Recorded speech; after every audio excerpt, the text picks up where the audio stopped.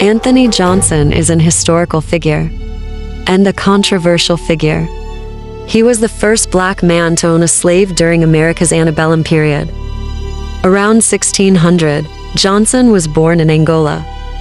He was captured by Portuguese slave traders and brought to America by way of the transatlantic slave trade. Johnson arrived in Jamestown, Virginia aboard the slave ship James in 1621. The James transported several indentured servants belonging to Edward Bennet, a wealthy English merchant. Jamestown was a British colony. Johnson had been given the name Antonio, possibly by the Portuguese slave traders who captured him. Johnson was sold to Edward Bennet as an indentured servant. Bennet was a wealthy plantation owner. Bennet received a land patent in 1621 from the Virginia Company. In exchange, Bennet was required to recruit 200 people, mostly indentured servants, to the Virginia colony. The colony needed laborers to develop its plantations. Bennet owned a large plantation in the Virginia colony called Warsquake. Under the headright system, men granted land patents, such as Bennet, had to recruit indentured servants to the Virginia colony. Recruits were generally poor whites from England seeking opportunity in the New World. In contrast, African indentured servants such as Johnson were brought to the New World from Africa against their will. Indentured servants were required to work off their passage for periods of 4 to 7 years before attaining their freedom. Upon completing their term of service, an indentured servant was typically awarded a plot of land, tools, and clothing by the Virginia colony. The colony wanted to give potential indentured servants an incentive to come to the Virginia colony and complete a term of service. The Virginia colony needed workers, and Bennet was credited with having recruited 600 immigrants. As an indentured servant, Johnson worked on Bennet's tobacco plantation. He was baptized a Catholic while working as an indentured servant. Bennet praised Johnson for his hard work. In 1635, after 12 years, Johnson was given his freedom. Along with his freedom, Johnson also received a large plot of land. Johnson was legally a free Negro.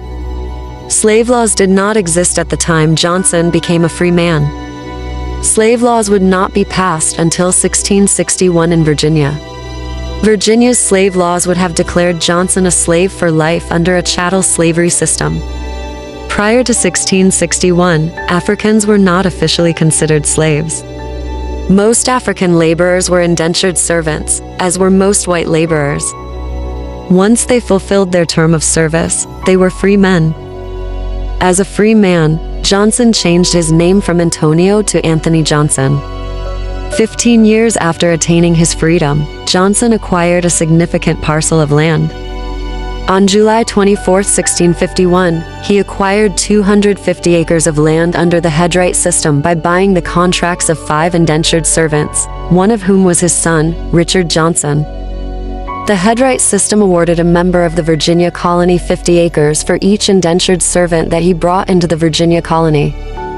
Johnson essentially did what his former owner, Edward Bennet, did, but on a much smaller scale.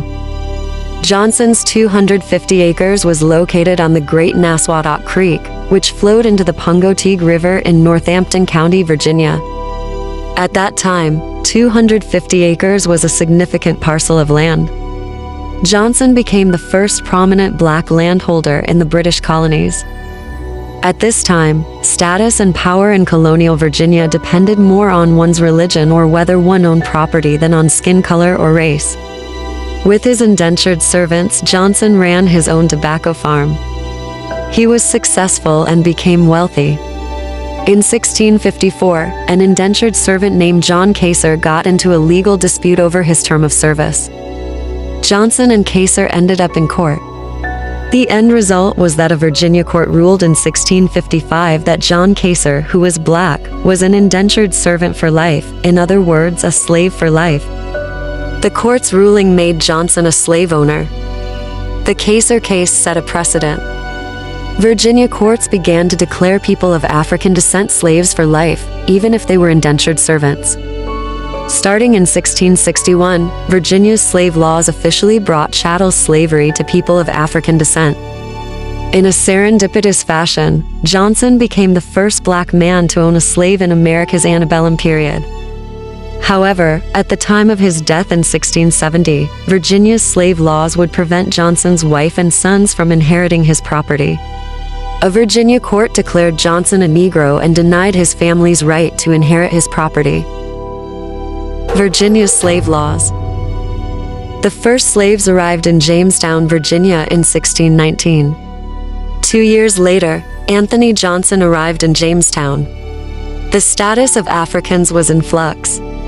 Some Africans were slaves for life. Other Africans were slaves, but not necessarily for life. Some Africans were indentured servants and were allowed to own property and marry and were freed upon a term of service. In at least one county, black slaves who could prove that they had been baptized successfully sued for their freedom. Slaves coexisted with indentured servants. Chattel slavery would develop over a period of several decades due to changing circumstances within the colony and new slave laws. At the time Johnson attained his freedom, there were no more than 150 blacks in Virginia. As early as the late 1630s, however, English colonists began to distinguish between the status of white servants and black servants. In 1639, Maryland became the first colony to specifically state that baptism as a Christian did not make a slave a free person. In 1640, Virginia courts sentenced a black runaway indentured servant, John Punch, to serve his said master for the time of his natural life. John Punch was the first man known to be perpetually enslaved on July 9, 1640, a punishment he received for attempting to flee his indenture. He absconded alongside two fellow servants, a Dutchman named Victor and a Scotchman named James Gregory. Following their apprehension, his counterparts each received only 1 additional year upon their indenture, while Punch, listed as a Negro, was enslaved for the time of his natural life. By 1660, slave laws were passed that made a distinction between people of African descent and white European Americans. Until the mid-1660s, the number of white indentured servants was sufficient to meet the labor needs of Virginia and Maryland. Then, in the mid-1660s, the supply of white servants fell sharply. More and more white indentured servants preferred to serve their term in places like Pennsylvania instead of Virginia. White indentured servants continued to be freed after their term of service. However, African indentured servants were being declared lifetime servants or slaves for life. This was the beginning of chattel slavery in the Virginia colonies. Africans were slaves for life and their offspring were slaves for life. Africans were property and had no legal rights.